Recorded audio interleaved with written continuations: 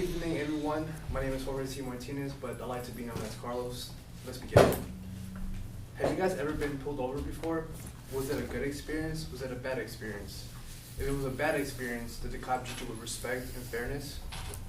Well, I want to tell you about an experience I had.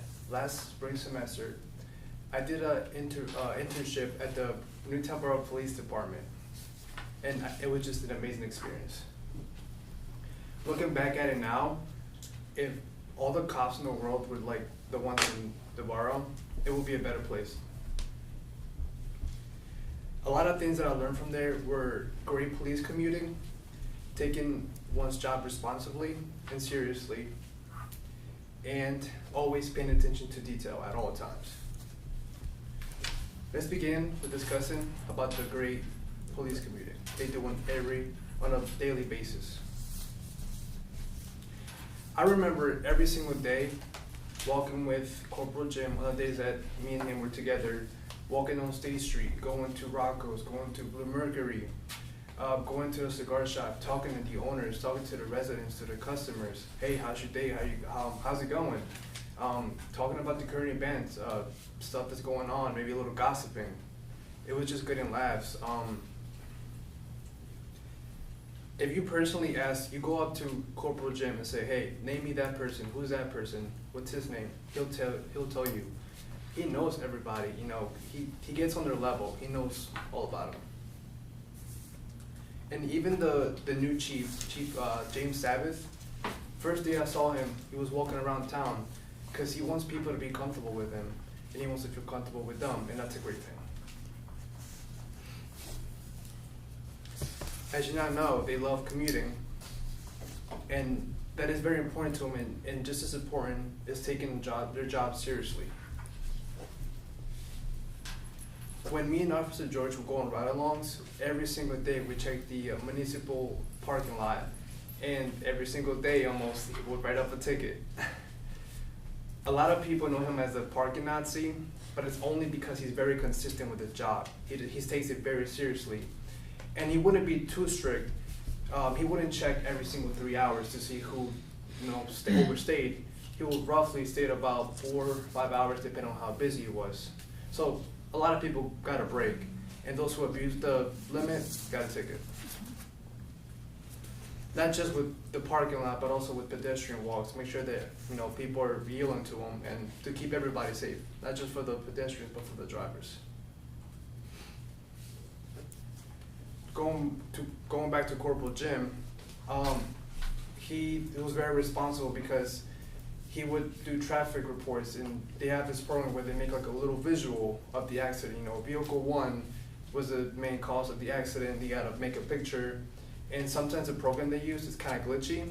It doesn't matter to him. He still got the job done. Also, when it comes to maybe submitting video evidence for the DA for a case for court, he got it done. It will be a hassle sometimes. There will be a lot of evidence. He has to download it and then upload it. Always got it done. And even meetings with people. There was a robbery that took place at Rocco's, and he had to talk to the owner about the investigation. He was there on time. I was with him. I met the owner. It was awesome. Corporal Jim updated him with new information, and the owner helped Corporal Jim, giving him information as well. Hey, we think it might be this guy because so on and so on, which we'll get to a little bit later.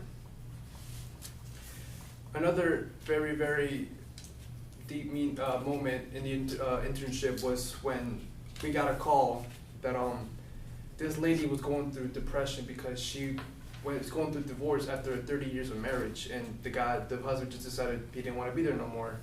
So the sister called. We went in and talked to her. Well, I had to stay in the vehicle because you never know what might happen. Certain situations I can't be out there. And he talked to her, and that same day he stopped by again to make sure she was okay. And he even gave her a bunch of phone numbers that she can call and get help. And you have to remember that. He doesn't have to do that, but he decides to because he's a great guy. And one last thing I gotta talk about when it comes to responsibility and taking your job seriously is they always have the court dates written on the calendar. They asked me on several occasions, hey, can you update the calendar, make sure that all the dates are there for the hearings, for all the cops. I had to correct a few times. I had to put a few dates on there. So they always got to keep everything on track. Not missing deadlines is great, but what was also great is paying attention to everything. Now introducing Officer Joe. So we got a call for an investment company in Bristol, Newtown Borough. A guy that they were working with ended up stealing about $80,000. They were making business, and he said, hey, I got a great idea for flip phones or whatever it might be, I can't remember. He ended up ditching with the money, went MIA, didn't return any calls, any emails, and we had to talk to the people, get information. And then I remember me and Officer Joe were like, how come it took him 8 months to call the cops? How come in the initial call it said $100,000 stolen, and they told us, no, it was around 80,000. Things didn't really add up. We weren't blaming them, we weren't saying they were fake, but things like that you gotta ask yourself. You have to pay attention to detail.